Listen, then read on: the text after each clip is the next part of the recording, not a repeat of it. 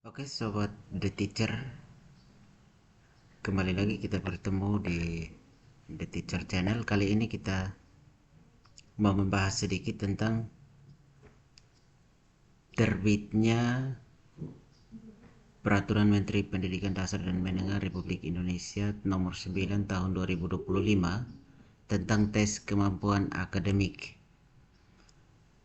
Nah, Permendikdasmen ini terbit ditetapkannya di tanggal 28 Mei 2025 tentang tes kemampuan akademik. Jadi kita akan bedah sedikit, kita akan review sedikit tentang apa itu tes kemampuan akademik, kemudian tujuannya untuk apa, bagaimana mekanisme pelaksanaannya. Kita coba lihat, kita lihat sedikit. Nah, di sini peraturan menterinya ini sudah ada. Kemudian ini kita langsung ke apa itu tes kemampuan akademik. Di sini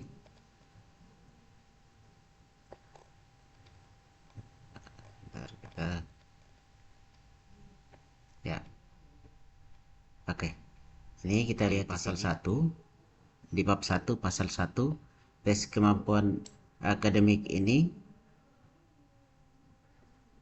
tes kemampuan akademik yang selanjutnya disingkat TKA, adalah kegiatan pengukuran capaian akademik murid pada mata pelajaran tertentu. Nah, murid yang dimaksud itu adalah peserta didik pada jalur pendidikan formal, non-formal, dan informal pada jenjang pendidikan dasar dan menengah di setiap jenis pendidikan.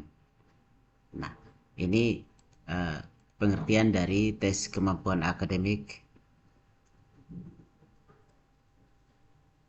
yang kita singkat dengan TKA berdasarkan Peraturan Menteri Nomor 9 tadi.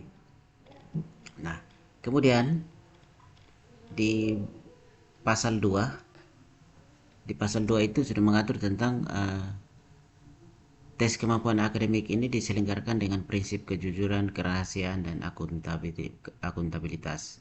Kemudian sudah dijelaskan di sini prinsip kejujuran sebagaimana dimaksud ini diwujudkan melalui sikap dan perilaku yang menjunjung tinggi integritas dalam penyelenggaraan dan pelaksanaan TK.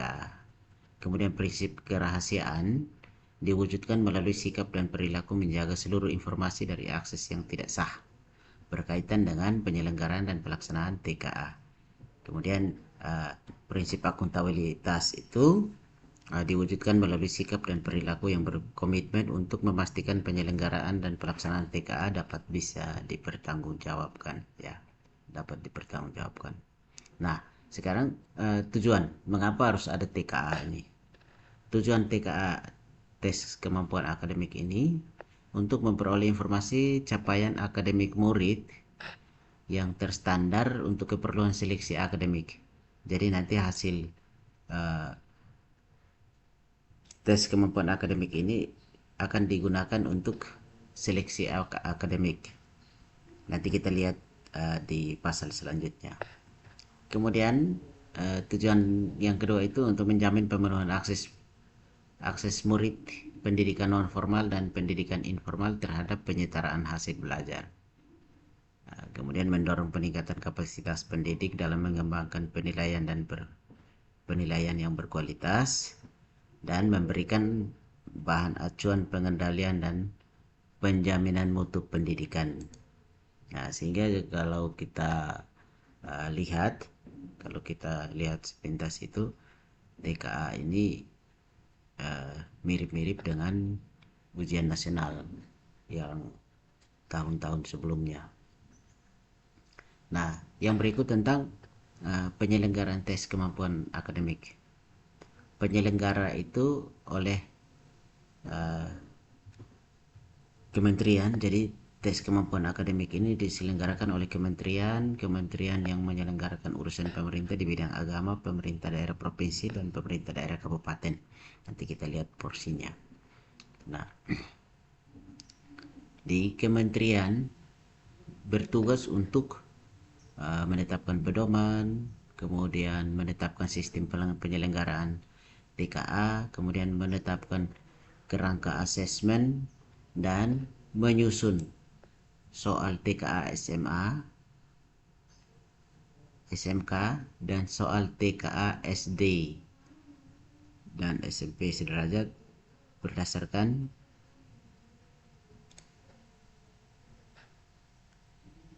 kerangka asesmen tes kemampuan akademik sesuai dengan pedoman penyelenggaraannya. Nah, kemudian mengolah. Jadi tes kemampuan akademik ini soalnya akan disusun oleh pusat kementerian, kemudian mengolah hasil tes kemampuan akademik, kemudian menerbitkan sertifikat tes kemampuan akademik. Kemudian pasal yang berikut,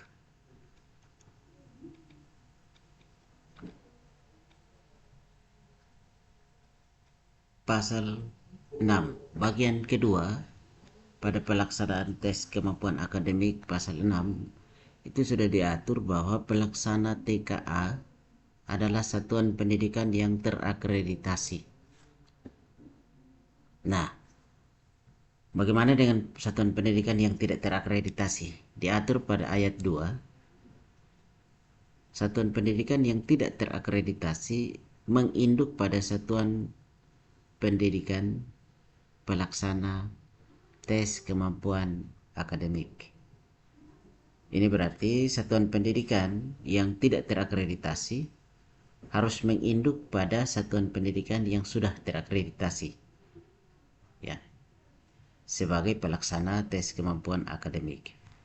Nah, ketentuan mengenai pelaksana TKA dan satuan pendidikan yang menginduk ini akan ditetapkan dalam pedoman penyelenggaraan TKA, tes kemampuan akademik.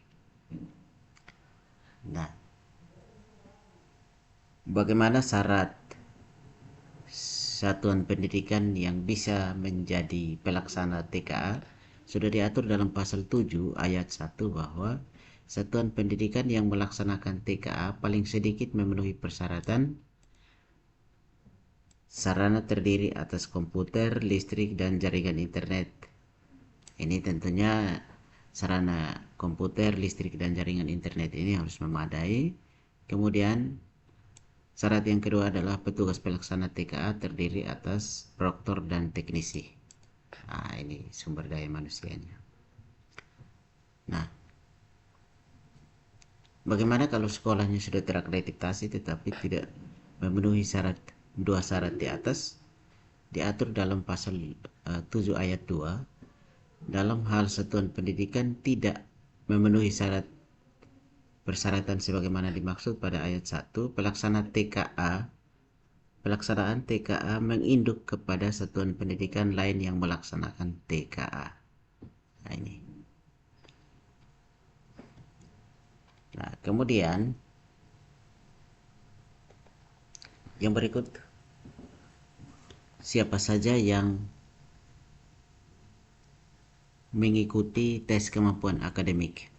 Nah, ini di bagian ketiga ayat pasal 8 ini sudah diatur bahwa tes kemampuan akademik itu dapat diikuti oleh murid jalur pendidikan formal, non formal, dan informal. Ya. Kemudian ayat kedua sudah dijelaskan bahwa murid sebagaimana dimaksud pada ayat 1 wajib terdaftar dalam sistem basis data yang dikelola oleh kementerian. Ini artinya siswa atau murid yang mengikuti tes kemampuan akademik itu wajib terdaftar dalam Mendapodik. Kemudian pada ayat 3, untuk pendidikan formal, peserta tes kemampuan akademik ini terdiri dari murid pada kelas 6 untuk SD, kelas 9 pada SMP, dan kelas 12 pada SMA, dan kelas akhir untuk SMA. Nah, ini murid kelas 6, kelas 9, dan kelas 12 serta kelas akhir untuk SMK. Kemudian yang berikut bagaimana mata pelajaran apa saja yang akan diujikan dalam tes kemampuan akademik. Ini diatur dalam bagian keempat, pasal 9, bahwa di ayat 1 itu mata uji TKA, tes kemampuan akademik untuk SD, madrasah program paket A sederajat dan SMP MTS program paket B sederajat terdiri atas uh, dua mata pelajaran, yaitu bahasa Indonesia dan matematika. Sementara untuk SMA MA program paket C sederajat dan SMK MAK terdiri atas bahasa Indonesia, matematika, kemudian bahasa Inggris dan mata pelajaran pilihan. Ya, ada mata pelajaran pilihan. Nah, mata pelajaran pilihan ini akan diatur lagi dalam ketentuan yang ditetapkan pada pedoman penyelenggaraan tes kemampuan akademik. Jadi nanti dalam panduan penyelenggaraan tes kemampuan akademik ini akan diatur tentang mata pelajaran pilihan. Apa saja mata pelajaran pilihan. Nah, ini untuk khusus untuk SMA SMK. Nah, yang berikut tentang hasil tes kemampuan akademik. Hasil tes kemampuan akademik ini akan disampaikan dalam bentuk nilai dan kategori capaian tes kemampuan akademik. Nah, bentuk nilai dan kategori capaian ini akan ditetapkan oleh Menteri Pendidikan. Dalam hari ini Menteri Pendidikan. Nah, nilai dan kategori capaian TKA ini akan dituangkan dalam bentuk sertifikat, ya. Akan dituangkan dalam bentuk sertifikat yang diberikan kepada setiap peserta tes kemampuan akademik. Nah, sertifikat yang berisi nilai dan hasil tes kemampuan akademik ini, pertanyaannya dipakai untuk apa saja? Itu dipakai untuk apa saja? Ini sudah diatur di dalam pasal 13 bahwa hasil tes kemampuan akademik untuk SD sederajat dapat menjadi salah satu syarat dalam seleksi penerimaan murid baru SMP SMTS sederajat pada jalur prestasi. Ya.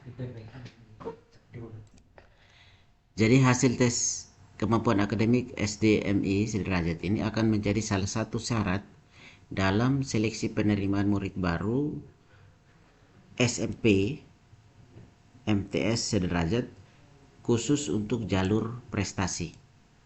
Nah, seperti yang kita tahu itu SPMB itu ada 5 jalur, jalur domisili, jalur prestasi akademik, jalur prestasi non akademik, jalur mutasi, dan jalur afirmasi. Jadi ada 5 jalur. Jadi untuk SPMB SMP jalur prestasi itu wajib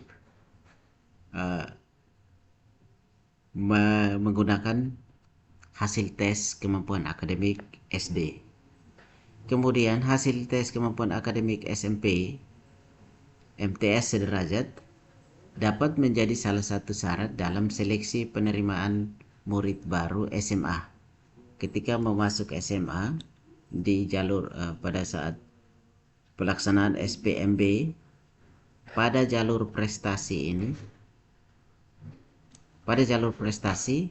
maka hasil tes kemampuan akademik ini menjadi salah satu syarat. Ya.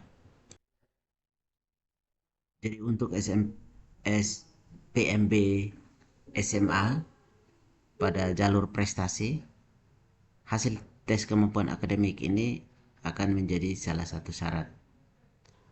Kemudian yang berikut, hasil tes kemampuan akademik untuk murid SMA, MA atau sederajat dan SMK akan menjadi salah satu pertimbangan, ya, ini menjadi salah satu pertimbangan dalam seleksi penerimaan mahasiswa baru pada jenjang pendidikan tinggi.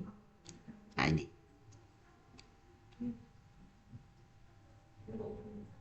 ini yang penting, eh, bahwa hasil tes kemampuan akademik ini akan menjadi salah satu syarat dalam SPMB atau seleksi penerimaan murid baru di jenjang lebih tinggi. Nah, kemudian yang terakhir,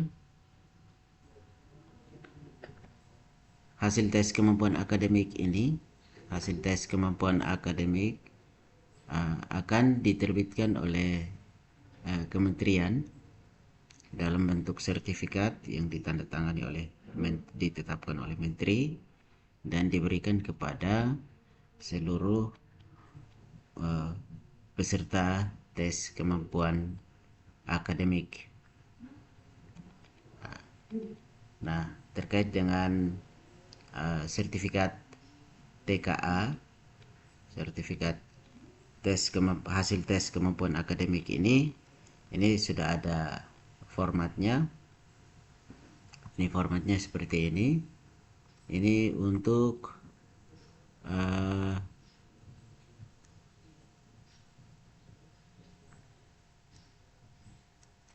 sertifikatnya, ini bentuk untuk jenjang SMA.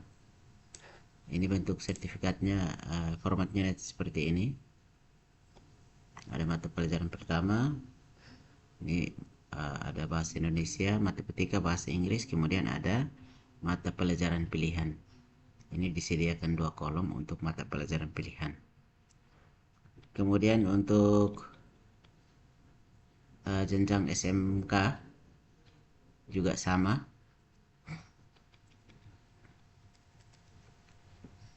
Sedangkan untuk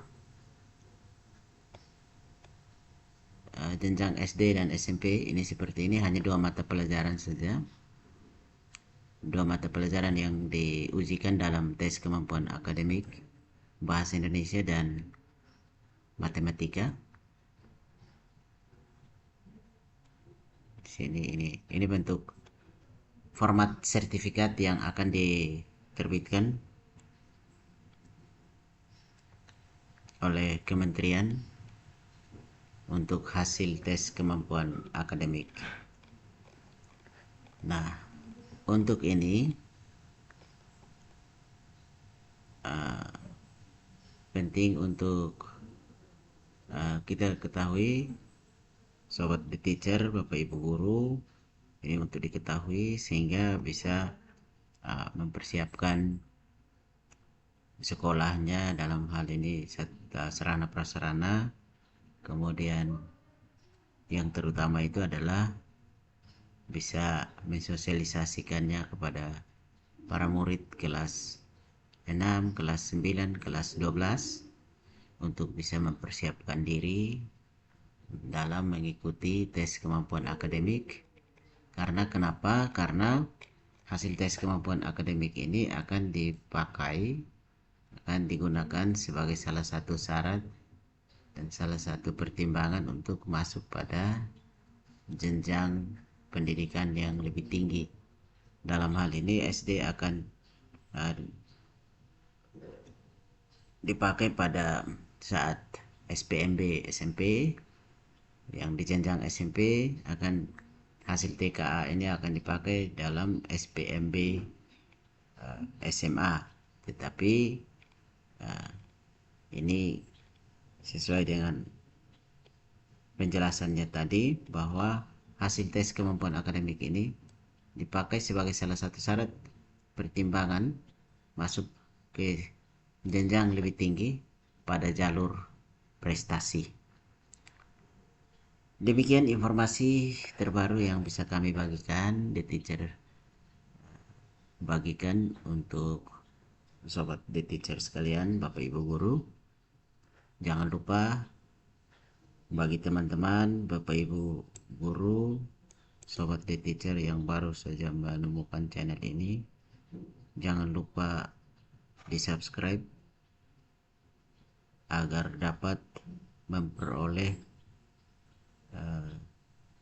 informasi-informasi terbaru seputar perkembangan dunia pendidikan dan tidak ketinggalan informasi terkait pendidikan di negara kita. Terima kasih sudah menyimak dan jangan lupa dibagikan kepada teman-teman yang belum sempat menemukan informasi ini. Terima kasih, salam sehat dan tetap semangat.